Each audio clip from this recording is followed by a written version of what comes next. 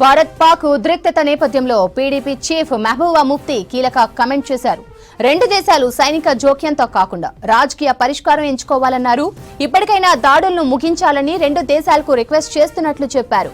పుల్వామా ఉగ్రదాడికి ప్రతిస్పందనగా బాలాకోట్ పై air force attack తో ఏం సాధించామని ప్రశ్నించారు. వీటి పర్యవసనాలను బార్డర్ ప్రజలతో పాటు జేకే వాసులు ఎంతకాలం అనుభవించాలన్నారు మెహబూబా ముఫ్తీ. భారత్ పాక్ ఉద్రిక్తత నేపథ్యంలో పీడీపీ చీఫ్ మెహబూబా ముఫ్తీ కీలక కామెంట్ చేశారు. రెండు దేశాలు సైనిక జోక్యంతో కాకుండా రాజకీయ పరిష్కారం ఎంచుకోవాలన్నారు. ఇప్పటికైనా దాడులను ముగించాలని రెండు దేశాలకు రిక్వెస్ట్ చేస్తున్నట్లు చెప్పారు. పుల్వామా ఉగ్రదాడికి ప్రతిస్పందనగా బాలాకోట్ పై ఎయిర్ ఫోర్స్ అటాక్ తో ఏం సాధించామని ప్రశ్నించారు.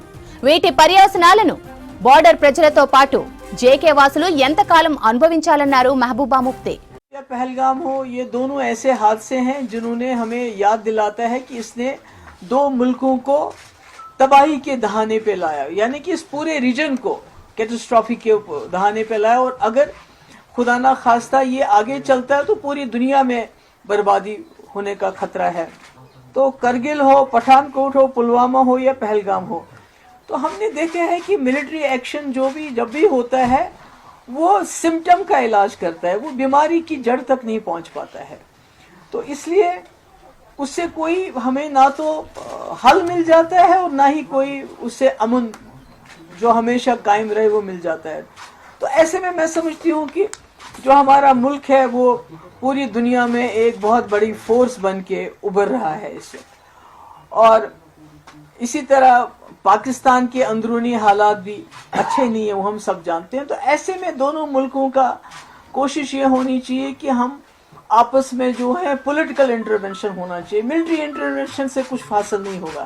हम देख रहे हैं पुलवामा के बाद भी एक इसी तरह से बालाकोट हो गया, तो उसके बाद क्या हुआ, आज पहलगाम हुआ, तो इसके बाद ये जो हो गया आर पार जो इस वक्त हो रहा है, मुझे लगता है कि मेरी आई अर्ज दोनों तरफ से की जो लीडरशिप है कि उनको मेरी ये गुजारिश है कि ये जो अटैक्स हैं इनको खुदा के लिए बंद कर लीजिए। हमारे बच्चे मतलब कि जिनके खेलने के दिन है, मैंने खुद देखा उस बच्चे की जो फोटो पहले थी वो खेल रहा था उसी टी शर्ट में, उसके बाद जब उसकी मैयत को लेके जा रहे थे जो पुंछ का है, तो उसके सर का ये हिस्सा बिल्कुल अलग था। तो यही हाल उधर है, उस साइड में भी है। तो मैं समझती हूँ कि आखिरकार जम्मू कश्मीर के लोग, हमारे खासकर जो बॉर्डर के लोग, कब तक इस मुसीबत को झेलेंगे?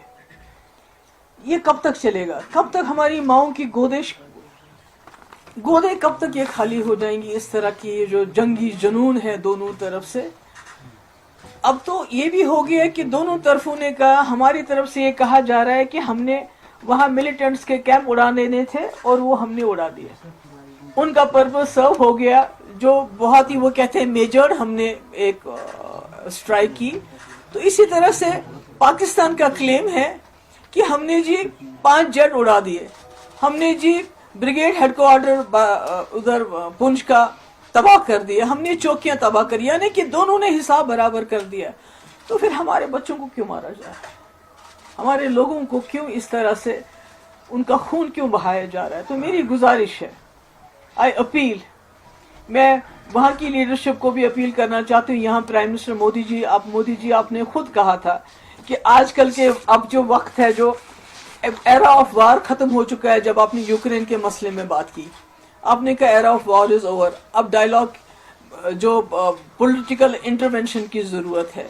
अब मसले मसाइल को पॉलिटिकली रिजॉल्व करने की बात है। अगर दोनों प्राइम मिनिस्टर हैं, एक वहाँ है एक यहाँ है, अगर फोन उठा के एक दूसरे से बात कर लें इस वक्त की, बहुत हो गया, आपने जो करना था आपने कर लिया, हमने जो करना था हमने कर लिया, मगर बीच में जम्मू कश्मीर के मासूम लोग मारे जा रहे हैं।